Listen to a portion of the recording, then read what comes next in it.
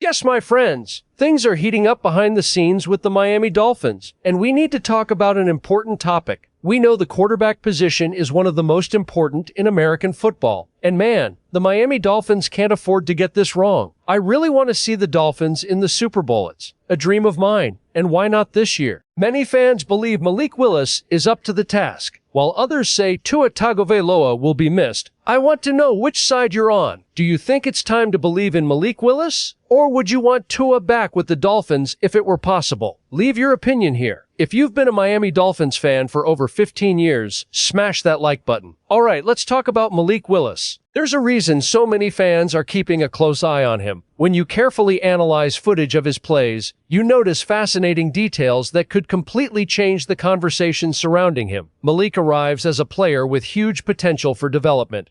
Expectations should always be realistic, but after analyzing some of his recent plays, it's easy to see why there's genuine excitement.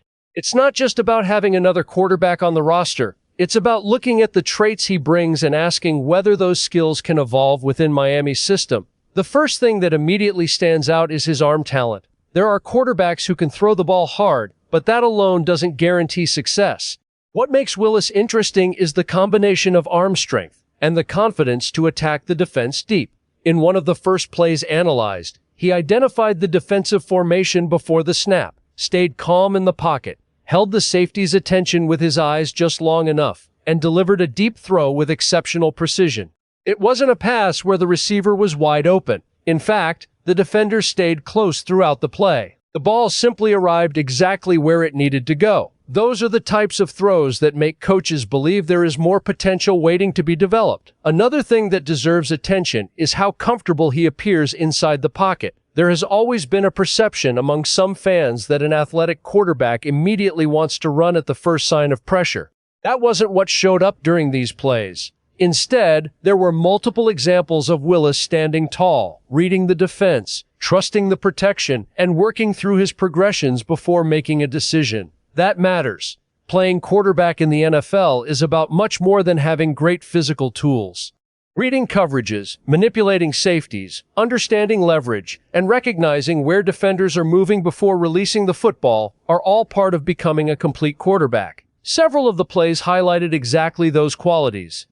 On another impressive throw, Willis identified pressure before the snap, adjusted accordingly, kept his eyes disciplined, recognized how the linebackers reacted, and fired a strike into a tight window. It wasn't simply an impressive throw because of velocity. It was impressive because every movement leading up to the pass suggested a quarterback processing information quickly.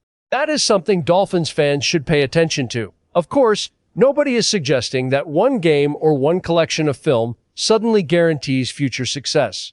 Football doesn't work that way. Every quarterback has areas that need improvement, and consistency is what ultimately separates good players from great ones. Still, there is a reason Miami wanted to bring him in. His mobility also creates another layer that opposing defenses must respect. Whenever a quarterback has legitimate running ability, defenses cannot focus only on traditional passing concepts. They have to account for quarterback keepers, designed runs, read option plays, and run-pass option concepts.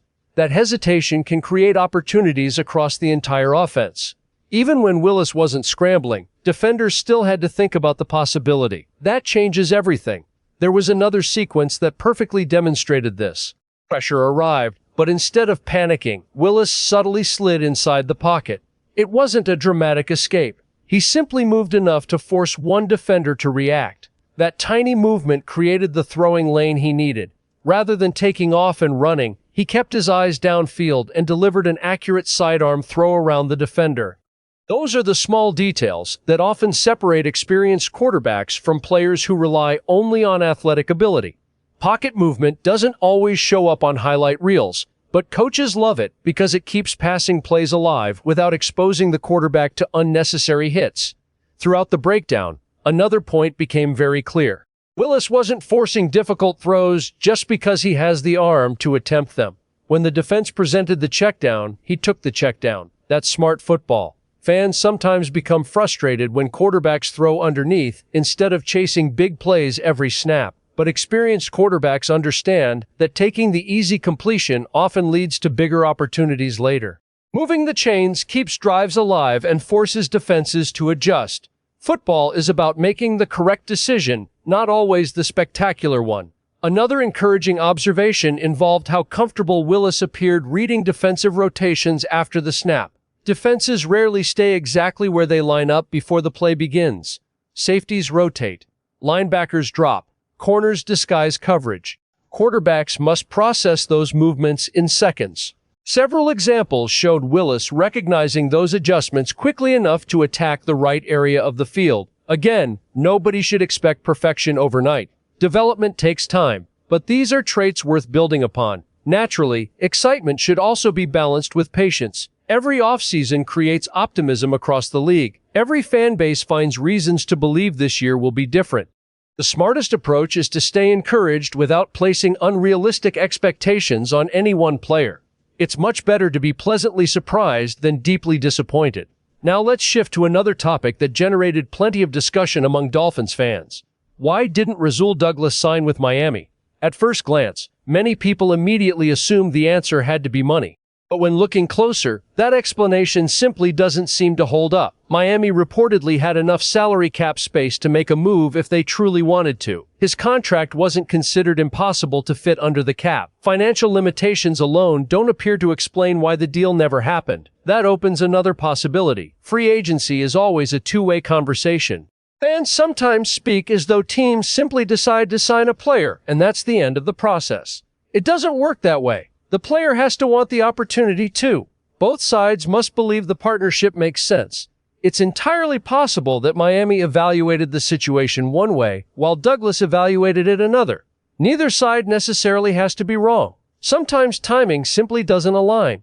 There is also another important factor that shouldn't be ignored. The Dolphins appear focused on building something different. Instead of looking only for veteran stopgap solutions, the organization seems committed to developing a younger foundation. Building a roster isn't just about adding recognizable names. It's about creating long-term stability. That philosophy explains several of the team's recent decisions. Rather than chasing every available veteran, Miami appears willing to give younger players opportunities to grow. That approach requires patience. It also requires accepting that development can be messy at times. Some fans immediately interpret every decision not to sign a veteran as evidence the organization isn't trying to win. But that isn't necessarily true. Trying to build responsibly and trying to compete are not mutually exclusive. The message surrounding the organization suggests they want to establish the right culture from the ground up while remaining competitive. Those ideas can exist together. Building a foundation means identifying which players fit the long-term vision rather than simply adding experienced names for one season. That doesn't always produce the splashiest headlines, but successful organizations often think several years ahead instead of only the next few months. That perspective may also explain why Miami continues emphasizing younger talent throughout the roster.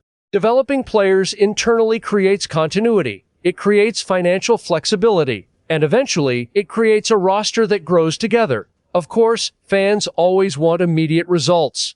That's completely understandable. Nobody enjoys hearing words like patience or development after waiting for success. Every Dolphins fan wants meaningful football deep into the season. Every Dolphins fan wants to see